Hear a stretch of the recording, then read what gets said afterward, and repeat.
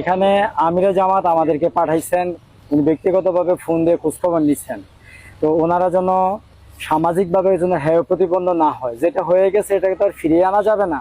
তবে এটা যেন বিচারের ক্ষেত্রে একটা উজ্জ্বল দৃষ্টান্ত হয়, এবং এটাকে কেন্দ্র করে কোনো রাজনৈতিক ব্যানার বা রাজনৈতিক সাইনবোর্ড লাগিয়ে এটা যেন একটা ধূম্রজাল তৈরি না হয়, এবং এটা যেন ভিন্ন খাতে প্রবাহিত না হয়।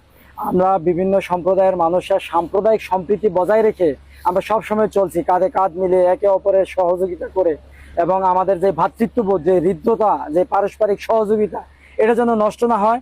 ইনশাল্লাহ আমরা তাদেরকে সার্বিকভাবে সহযোগিতা করব। যারা ভিকটিম হয়েছেন আমরা খুবই ব্যথিত, এবং এটা আমাদের জন্য একটা অনভিপ্রেতকর ঘটনা, এবং এটা আমরা খুবই মর্মাহত। জামাতের পক্ষ থেকে আমাদের সম্মানিত থানা আমিরও এসেছেন, আমাদের জেলা আমির সার্বক্ষণিক এটা খোঁজখবর নিচ্ছেন। এটা যেন অন্য কোথাও কোনো দিকে যেন না যায়, এবং প্রকৃত অপরাধী যারা, তারা একটা দৃষ্টান্তমূলক শাস্তি পাবে ইনশাআল্লাহ।